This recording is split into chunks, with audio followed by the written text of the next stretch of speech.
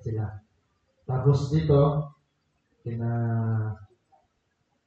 June, Nanay, and mga kabataan, pasok kayo dito. Samahan niya ako sa likod. Ayan. Meron po tayong 10 minutes para sa atin pong prayer plan. Mga kabataan na sa labas, pasok po tayo dito. Nandito po yung service, wala po sa labas.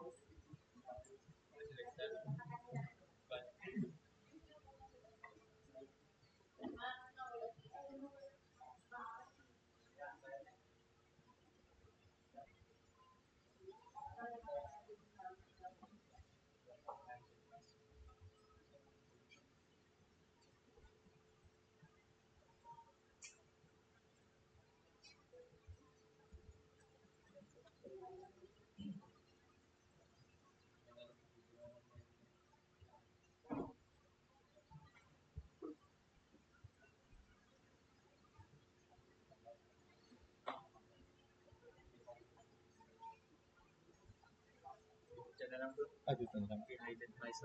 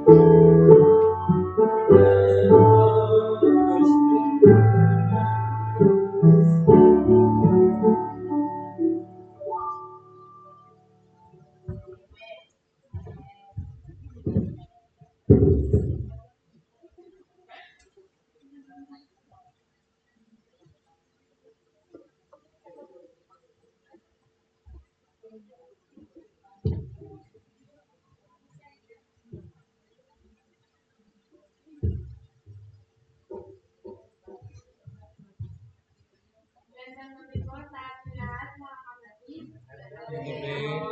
So, kamusta po kayong lahat? Mabuti. So, bago po tayo magsimula, tayo simula ay manalangin. Yun eh. Ang magandang ng mga Panginoon sa lahat, sa maraming salamat po sa araw na ito na nagkatipon-tipon po kami. At Panginoon, gabayan niyo po ang bawat isa sa amin ng mga papunta pa lamang dito, Lord. Bigyan niyo din po ako ng katalinuhan at kalakasan at ang lahat po ng aming sasabihin ay magbigay po lamang po sa inyo at ito lang po ang samot na langit sa Panginoon Jesus. Amen.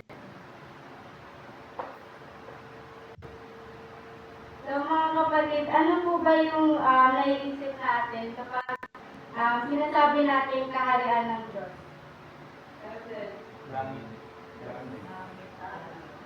So madalas po ang pumapasok sa isip natin ay isang bagay na malaki, makapangyarihan at kapansin-pansin. Iniisip natin na kung talagang kumikilos ang Diyos, dapat agad itong makita. May malaking pagbabago at may instant na resulta. Pero sa pagtuturo ni Jesus, madalas kabaliktaran ang kanyang mga halimbawa. Gumamit po siya ng mga simpleng bagay katulad ng mga binti, isda, ilawan, at dito, lebadura. Isang maliit na bagay na halos hindi mo mapansin.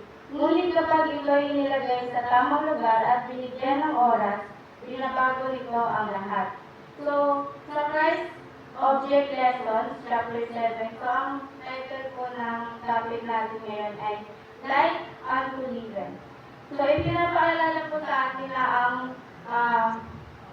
kaharian ng Diyos ay hindi nagsisimula sa panlabas na anyo, kundi sa tahimik na pagbabago ng puso sa pamamagitan ng biyaya ng Diyos at ng banal na Espiritu. So, yung point 1 po natin ay ang kaharian ng Diyos ay nagsisimula sa loob ng puso. Mahalagang maunawaan natin na ang pangunahing gawain ng Diyos ay hindi muna ang baguhin ang kilos ng tao, kundi ang baguhin ang kanyang puso. Dahil kung ang puso ay hindi na bago, anumang panlabas ng pagbabago ay pansamantala lamang. So, gaya po ng sabi sa Mateo 13, verse 33, ang kaharian ng langit ay tulad sa lebadura, na pinuha ng isang babae at hinihalo sa tatlong takal ng harina hanggang sa mapalsa ang buong masa. So, mapapansin natin no, na ang lebadura ay itinago sa harina. Hindi ito pinakita, hindi pinagmalaki, at hindi ipinasil. Ngunit kahit ito ay nakatago, may ginagawa itong tiyak at tuloy-tuloy na magbabago. Ganito rin ang gawain ng Diyos sa puso ng tao. Hindi laging pansin ng iba, ngunit totoo at makapangyarihan. So sabi ko dito, the leaven hidden in the jar works invisibly to bring the whole mass under its evening process, so the leaven of truth works secretly, silently, steadily, to transform the soul. So minsan nagda-doubt po tayo na kasi hindi natin agad nakikita yung resulta. So parang gusto natin may instant agad. So sinasabi na ang transformation po pala ay hindi instant, no? Pero kung hayaan natin ng Holy Spirit, lahat ng aspeto ng ating buhay, pag-iisip, salita, ugali ay unti-unti magbabago. So, parang gusto siya na itinanim. So, pag nagtanim ka, hindi mo naman agad makikita yung halaman kinabukasan. Pero kahit wala ka pang nakikitang usbong, may nangyayari na sa ilalim ng lupa. Pero din sa buhay natin, o sa faith natin, may transformation na nangyayari, kahit hindi pa siya visible. So, maraming tao ang nagsisikap maging mabuting Kristiyano sa pamamagitan ng panlabas ng pagbabago. Kung nagbabago yung salita kapag nasa church, nagiging mabait kapag may nakatingin, or mukhang banal tuwing Sabat. Pero pagdating sa bahay, sa trabaho, o sa social media, lumalabas pa rin ang dating ugali. So parang ito siyang basong marumi. Kahit pulasan natin yung labas, kapag marumi yung loob, marumi pa rin ang laman. Ang Diyos ay hindi kontento sa panlabas na kaayusan. Ang nais niya ay malinis na puso. So sa point 2, ang tao ay walang kakayahang baguhin ang sarili niya kalikasan. So, ito po ay isa sa pinakamahirap tanggapin ng tao na hindi natin kayang iligtas o baguhin ang sarili. Gusto natin tayo yung may control. Pero sa usaping espiritual, malinaw ang Biblia. Kailangan natin ang Diyos. So sabi sa Juan 3 verse 3, nalibang ang tao ay pinangalang muli, hindi niya makikita ang kaharian ng Diyos. So hindi sinabi ni Jesus kay Nicodemo na magpakabuti ka o ayusin mo ang buhay mo. Sinabi niya ay pinanganak kang muli. Isang ganap na pagbabago na hindi kayang gawin ng tao sa sarili niyang lakas. So sabi, man cannot transform himself by the exercise of his will. The renewing energy must come from God. So may mga tao din na paulit-ulit na nangako na sinasabi nila, ito na yung huli, na magbabago na talaga ako. So parang ganun din po ako, no? Like sa pag-aaral ko po, like sabi ko, mag-aaral na talaga ako bukas, like magre-review na ako kasi may quiz kami. Pero pagdating ng bukas, wala. Nakalis na lang. Wala pa rin na. So, bakit nga ba mga kapatid? Dahil sinusubukan nilang baguhin ang bunga, hindi ang ugat. So, ang kasalanan ay parang sakit Sa loob, kahit anong ayos sa labas, kung walang tunay na lunas, babalik ito. Ang lunas ay ang biyaya ng Diyos sa pamamagitan ng banal na Espiritu. Point 3 naman po, ang tunay na pagsunod ay bunga ng pag-ibig, hindi ng pamimili. So maraming tao ang sumusunod sa Diyos, pero hindi lahat ay sumusunod mula sa tamang motibo. May sumusunod dahil sa takot, may sumusunod dahil sa pressure, at may sumusunod dahil sa kaugalian. Nasabi sa 1:14 verse 15, kung iniibig ninyo ako, ay tutuparin ninyo ang aking mga utos. So, hindi sinabi ni Lord doon na kung natatakot kayo sa akin, or kung gusto nyo maligtas. Sinabi niya kung iniibig ninyo ako. Ang pag-ibig ang ugat ng tunay na pagsunod. So, yung libin po ay nagtuturo siya sa atin na ang obeying God pala ay hindi dahil sa obligation lang. Ang tunay na obedience ay nagmumula sa puso, sa love sa Kanya at sa righteousness. So, hindi dahil may nakatingin, hindi dahil gusto namin tayo ay mapansin, ngunit dahil gusto natin maging piling sa Diyos. So, minsan yung iba sa atin na parang sumusunod lang kasi ganun yung ginagawa ng lahat. So, hindi pala ganun, no? Ito ay makikita sa interactions natin sa iba, gentle at kind sa kapwa, humble sa opinion, patient sa misunderstanding, faithful sa service kahit hindi nakikita ng tao. So, isipin natin yung mga mag-asawa. Ang asawa ng tapat dahil takot mahuli ay iba sa asawang tapat dahil mahal niya ang kanyang kabiyak. Parehong tapat pero magkaiba ang puso. So, balik ko rin sa Kristiyanong buhay natin, sa faith natin, no? Kapag ang puso ay napuno ng pag-ibig ni Kristo, ang pagsunod ay nagiging kagalakan, hindi pabigat. So, mas nagiging tayo, mas nagiging active na tayo sa church. So, ganun din po dati. Ayoko po talaga na, tinatanong ko lagi. So, sumusunod na lang ako kasi sinasabi ni Mama na matagal yung cellphone ko. So, ngayon ay hindi na po minsan, ako na yung, ako na yung laging nag-ano kay Mama na, Mami, break na, ganyan. So, si Mama na yung better na ako.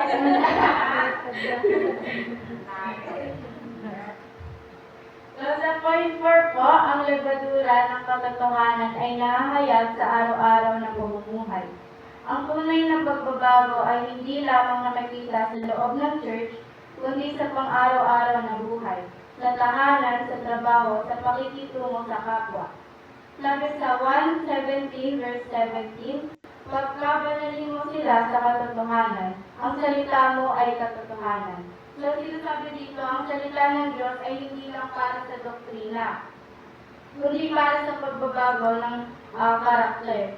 Kapag tinanggap natin to at sinunod, kusang lilitaw yung bunga. So, sabi, the leaven of truth works secretly, silently, steadily, to transform the soul. So, paano ba natin malalaman na tunay na tayong binago ng Diyos?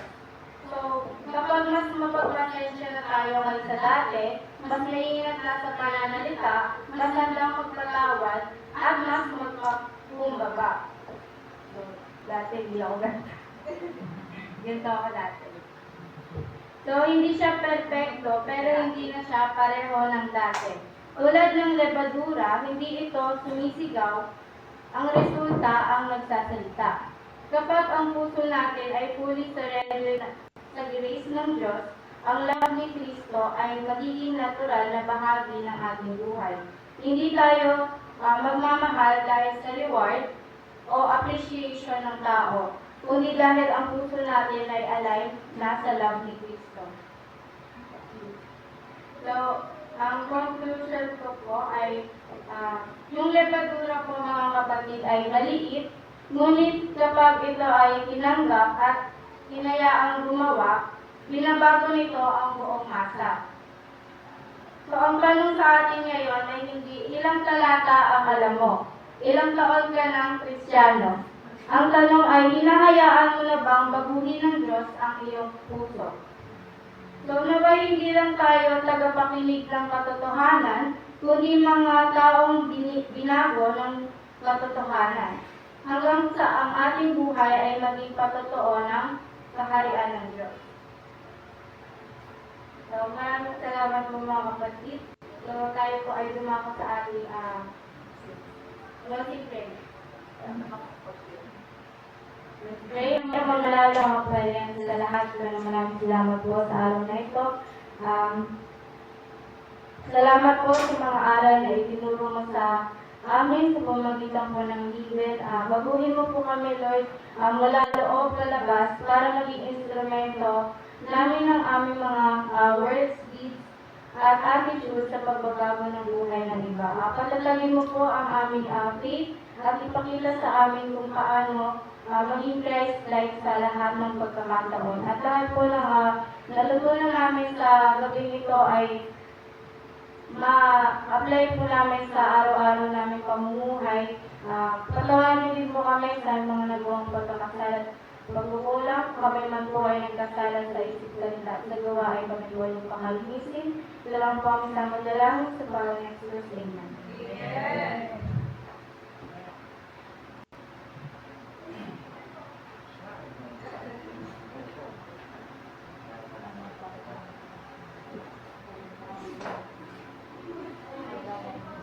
Okay, meron po tayong ilang minutes po. 15 minutes. Sagutin po ang mga pagkakataon. Kaya pong dati ay 15 minutes din po tayo magtapos. Kapag tumunog na ang kampana, tigil na po tayo. Ano po? So, kahit pong niyahan mga kabataan doon sa likod, kung ngayon po ay wala pang jeep, dahil yung nakapulot yung grupo kanina. Yung grupo kanina sa prayer bundle lang po ang grupo ngayon. Sabi po discussion. Again, 15 minutes para po sa ating group discussion.